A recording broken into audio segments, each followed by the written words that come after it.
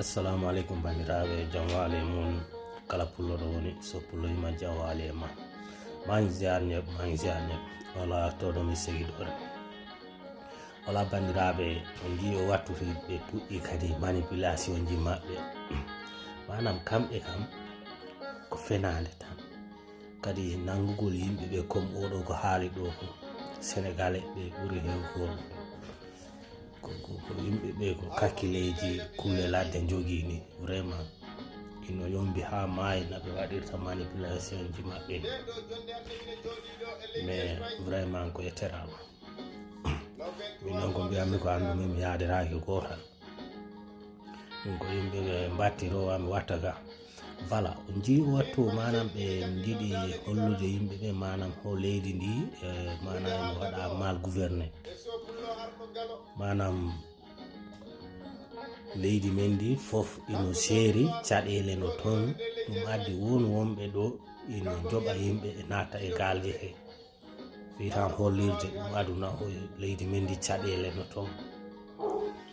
bandiraɓe ɗum ma won haalanteɓe ɗum tawa kumpitaki kono wona soppulo ardu ɗum ɗon ɗum bandiraɓe mboɗo sikki oɗo wattu aduna o fof no fotini ala leydi ɓurde yombude vie Sénégal te ƴeewe gandan to mentalité ji ɗi moƴƴani so tawi woni neɗɗo kay ino doga ko seeri donc wona oɗon garta ƴeewe tan ɗum ɗo yiɗa dotta ko leydi ma ndi e satti e seeri mbiya ko oɗon garta enen fof enen gandi wurde reedade wonde ɗon e taw ɗon jaafo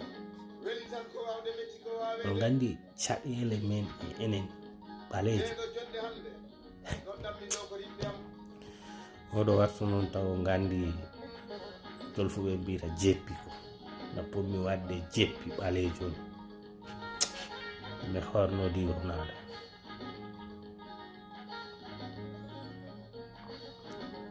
no hawni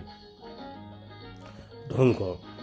so tawi woni neɗɗo kam dotta ko affaire ko seeri wona oɗon garta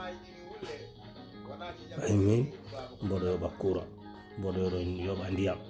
lewru fo lewru wona ɗo de mbiyam min taw ko Sénégal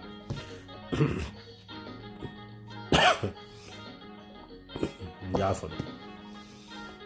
donc mboɗo jogui télé mboɗo jogui frigo to soko galle ɗo toon to men min mi ala jahowo guesa mi ala jahowo faro min komi sooda gawri mi sooda maaro komi coodo diwle sooda meew affaire café maɓɓe kacirari komi coodo café coodo sukara donc ala ko neɗɗo haalta e haala gurnam ceerɗan taw mo anda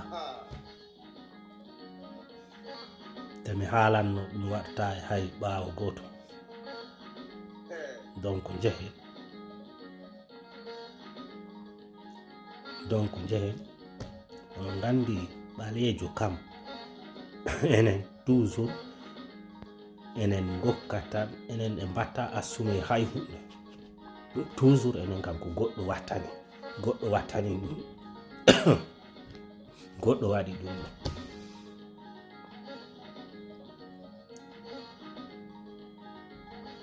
ɗum pi ɓuri en tampini te kadi enen jiɗi waggol parentar ha ɓurtiti neɗɗo mbo ala hay ndiga holko woni ko waɗata tan to parentar vraiment no soofi woni holninade dal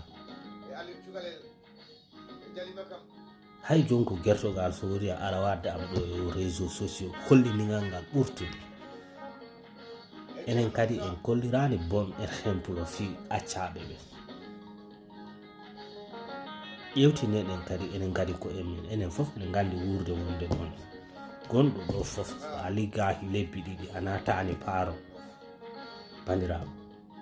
dara so wona kajeji to mbaloyte hono neɗɗo ligginteɗo an ko a ligginteɗo dartinira hoorema comme patron an ko a ligginteɗo bandiraɓe comme esclave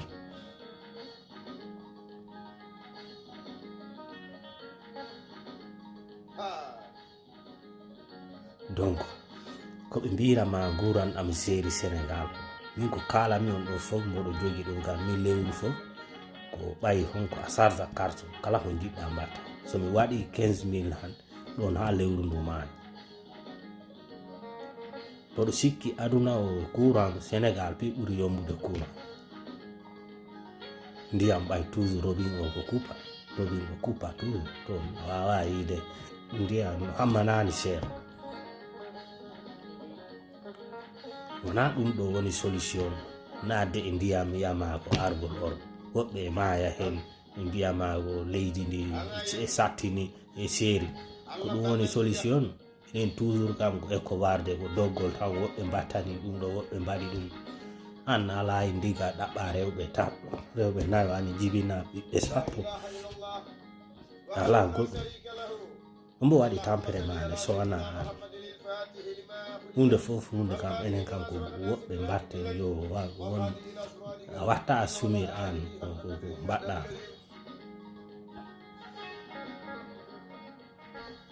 toujours ɗo taw wona neɗɗo o leggi ala ko ketta toujours ko goɗɗo haɗima vraiment ɗum ɗo ɗum wawa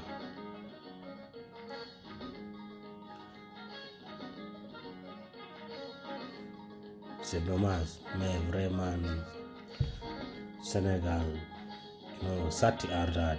Afrique noon fof mais Sénégal ni ala façon ɓay vraiment ɓeno jaggi yimɓe ɓe comme golo quoi yen ndegendi jappu Sénégalais ay hel mbam lan yoru quoi vraiment c'est dommage